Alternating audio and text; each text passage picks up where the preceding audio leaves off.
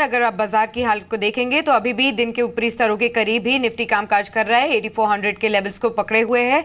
लेकिन अब अगले कॉलर के सवाल की तरफ बढ़ते हैं। हमारे साथ एक और दर्शक फोन लाइन पर मौजूद हैं, लखनऊ से अनूप ने हमें कॉल किया है, उनसे पूछ लेते हैं वो क्या जानना चाहते हैं। अनूप नमस्कार, बताइए। हेलो जी अनूप जी, पूछिए। मैम, मेरे पास 1000 शेयर्स हैं IFCI के 2570 के रेट पे जी, और NBCC के 275 शेयर्स हैं 230 के रेट पे। ठीक है, और दोनों पर ही आपका नजरिया क्या है, कब तक होल्ड कर सकते हैं अपनी पोजीशन? मैम 9 महीने तक, 8-9 महीने। ठीक है, 6 to 9 मंथ्स का इनका व्यू है। संजीव, आपसे राय जानना चाहेंगे। पहला IFCI पर इन्होंने होल्ड करी हुई अपनी पोजीशन, ₹2 के आसपास का अभी इनको प्रॉफिट हो रहा है। 26.75 is the purchasing price for 1000 shares. साथ ही NBCC में भी जानना चाहते हैं, वहां पर भी इन्होंने पोजीशन बनाई हुई है। देखिए साक्षी, दोनों ही कंपनियां अव्वल दर्जे की हैं। पहले मैं IFCI की बात करूं। देखिए IFCI क्योंकि इंफ्रास्ट्रक्चर फाइनेंस कंपनी है, इंफ्रास्ट्रक्चर कंपनी को ये कंपनी लोन देती है।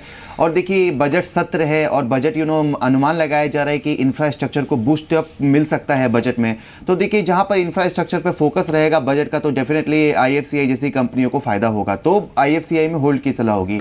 अब मैं अगर NBCC की बात करूं, NBCC की आप बैलेंस शीट को देखिए कि स्ट्रॉन्ग बैलेंस शीट है, एक डेट फ्री कंपनी है और कंटिन्यू ऑर्डर फ्लो हो रहे हैं NBCC के पास। आप देखिए रीडेवलपमेंट स्पेस में भी एक अच्छी अपॉर्चुनिटी गोइंग फॉरवर्ड हम लोग देखते हैं और कंपनी काफ़ी इन्वॉल्व है रीडेवलपमेंट स्पेस में, तो NBCC भी मेरी इन्हें होल्ड की सलाह होगी। अगले कॉलर बिरंची है हमारे साथ फोन लाइन पर ओडिशा से। बिरंची, गुड मॉर्निंग, अपना सवाल पूछिए। मैडम, मेरे पास MMTC का 180 शेयर है, मैं 70 रुपीज पे लिया था। 70 रुपीज पे आपने परचेज किया, ये हाल ही की खरीद है आपकी? जी। और कितना टाइम आप दे सकते हैं इस इन्वेस्टमेंट को? 2-3 मंथ। 2-3 मंथ दे सकते हैं। ठीक है, आपके लिए राय ले लेते हैं। आशीष, क्या करना चाहिए? MMTC में 70 रुपए की बाइंग है और उन्हीं लेवल्स पे स्टॉक ट्रेड कर रहा है। ट्रेडिंग के पर्सपेक्टिव से इन्होंने खरीदा है क्योंकि इनका जो नजरिया है वो 2 से 3 महीने का, और सरकारी शेयरों में हमने पिछले 1 महीने में बाइंग देखी भी है। होल्ड कर लेना चाहिए 2 to 3 मंथ्स के व्यू से, या फिर निकला है बाहर? देखिए, इनकी जो खरीदी है वो काफी ऊपरी स्तर पर है क्योंकि ये स्टॉक करीबन 54 के आसपास से चलना चालू हुआ था और थोड़े ही दिनों में इसने 75 का लेवल टच किया।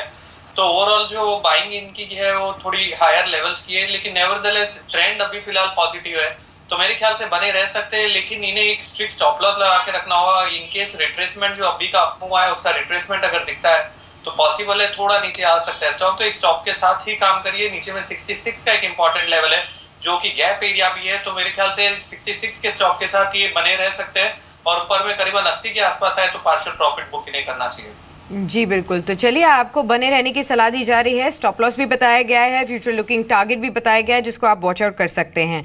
चलिए आगे बढ़ते हैं अगले दर्शक के सवाल की तरफ। हमारे साथ अब लखनऊ से राजीव जी फोन लाइन पर जुड़े हैं। नमस्कार राजीव, पूछिए।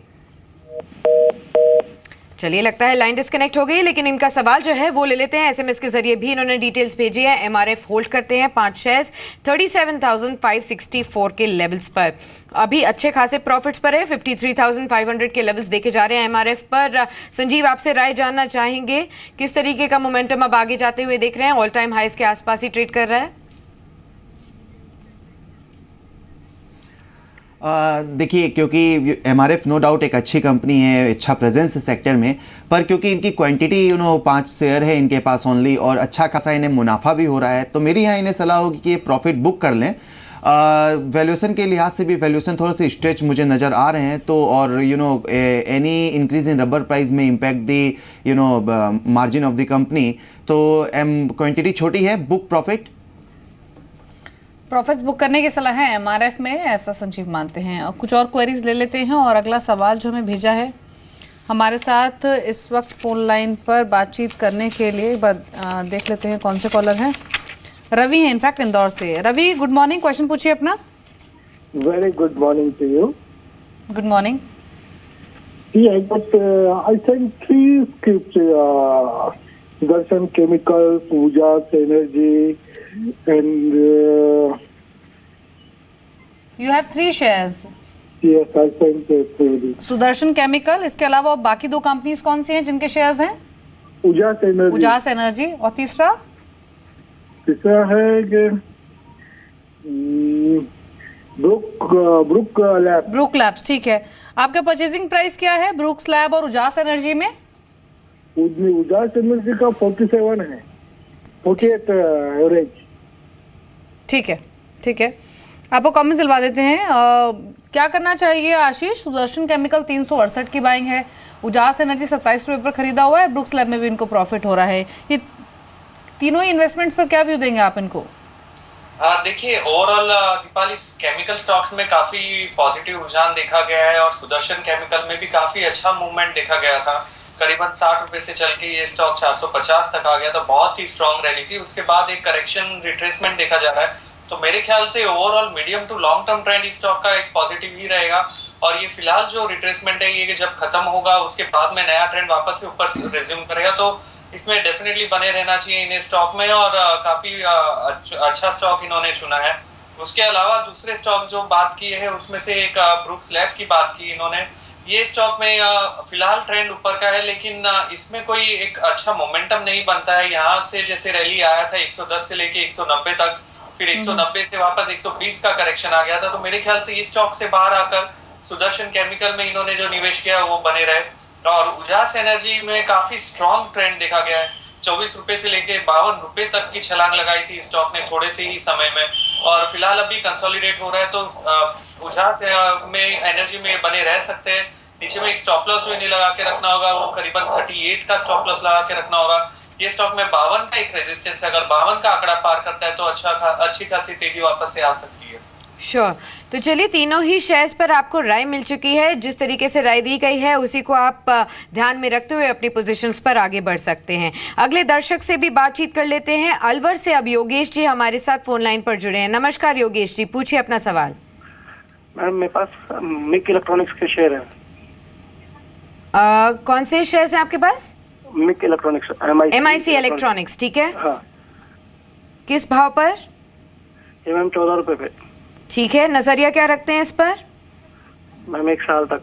1 साल तक होल्ड कर सकते हैं पोजीशन को, ठीक है। आपको राय दिलवा देते हैं। संजीव MIC इलेक्ट्रॉनिक्स की बात कर रहे हैं, 14 रुपए की खरीद है और अभी 14.95 का यहाँ पर लेवल देखने को मिल रहा है, 15 रुपए का भाव देखने को मिल रहा है, 1 रुपए का प्रॉफिट हो रहा है और इनका नजरिया भी मीडियम टर्म का है। क्या सलाह देंगे आप इनको? देखिए दीपाली, क्योंकि कंपनी छोटी है और मिक इलेक्ट्रॉनिक को मैं ट्रैक नहीं करता हूं, तो मैं इस पे कमेंट नहीं कर पाऊंगा। जी। तो बेटर होगा कि आप टेक्निकल राय ले लें। श्योर। आशीष, आपको टॉस करूंगी ये क्वेश्चन। MIC इलेक्ट्रॉनिक्स 14 रुपीज का इनका परचेज प्राइस है, 1 रुपए का प्रॉफिट हो रहा है, सलाह क्या होगी? इन्होंने जो खरीदी की है वो अच्छे लेवल्स पे की है ऐसा कहूंगा, क्योंकि ये स्टॉक काफी ऊपरी स्तर से नीचे आया है, लेकिन इनकी एंट्री लेवल अच्छी है, मोमेंटम नीचे का कम होता नजर आया, पॉजिटिव डाइवर्जेंस थोड़ा है, तो फिलहाल ये बने रह सकते हैं। लेकिन ऐसे स्टॉक में जो छोटे मजोले स्टॉक्स है इसमें इन्हें बहुत ही स्ट्रिक्ट स्टॉप लॉस रखना होगा, क्योंकि अगर इसमें रिवर्सल आता है तो बहुत शार्प फॉल भी आ सकता है। इसलिए एक स्टॉप लॉस 13 रुपए का लगा के रखिए और फिलहाल इन्हें प्रॉफिट है तो पार्शियल प्रॉफिट बुक करके चलना चाहिए। 50% बुक करिए और 50% के लिए ट्रेलिंग स्टॉप लॉस का मेथड फॉलो करिए। फिलहाल 13 का स्टॉप लॉस ये मेंटेन करें और ऊपर में 18 का अगर लेवल दिखता है तो वहां पर ये प्रॉफिट बुक करके एग्जिट कर सकते हैं। जी। अगली क्वेरी हमारे पास है विशाल कुमार की गुरुग्राम से और सवाल है इनका ICICI प्रूडेंशियल पर। विशाल नमस्कार, क्वेश्चन पूछिए अपना। नमस्कार, बताइए क्या क्वेश्चन है आपका ICICI प्रूडेंशियल पर? मैम मेरे पास 61 शेयर है 334 का। 334 आपका परचेजिंग प्राइस है, 61 शेयर्स, और आपका होल्डिंग टाइम क्या रहेगा? कितने समय आप बने रह सकते हैं इस इन्वेस्टमेंट में? वही 2 या 3 मंथ, 1 to 2 years, ठीक है। क्या सवाल है, क्या जवाब है आपका संजीव? क्या करना चाहिए? 1 से 2 साल का नजरिया है ICICI प्रूडेंशियल में, 334 की बाइंग है। देखिए दीपाली, ICICI प्रूडेंशियल के मेरी होल्ड की सलाह होगी इन्हें।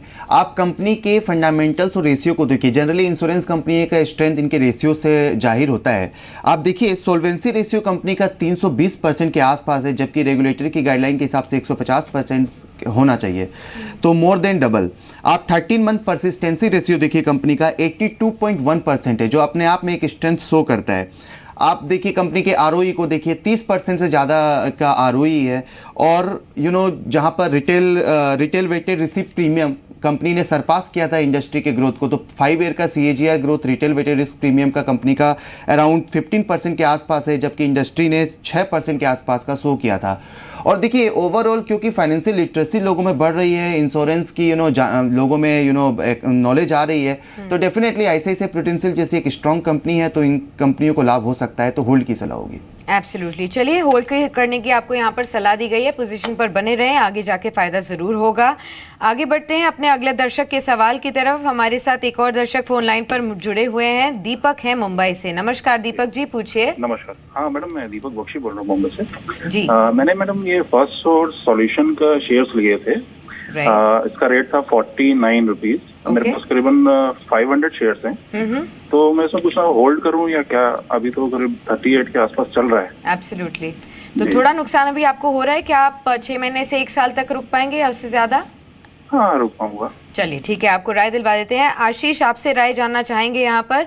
फर्स्ट सोर्स सॉल्यूशंस की बात कर रहे हैं, 400 शेयर्स हैं इनके पास 49 के भाव पर। फिलहाल तो इनको थोड़ा नुकसान हो रहा है, लेकिन क्या आपको लगता है कि अगले 1 साल में अच्छी रिकवरी यहाँ पर देखने को मिल सकती है? देखिए, ओवरऑल इस क्षेत्र में ऑलरेडी थोड़ा दबाव बना हुआ है, इसीलिए यहाँ पर थोड़ा नीचे ये स्टॉक आया था। इनके खरीदी से भी काफी नीचे आया है, लेकिन मेरे ख्याल से यहाँ पर बने रह सकते। एक स्टॉप लॉस इन्हें जो लगा के रखना होगा वो 36 का लगा के रखना होगा।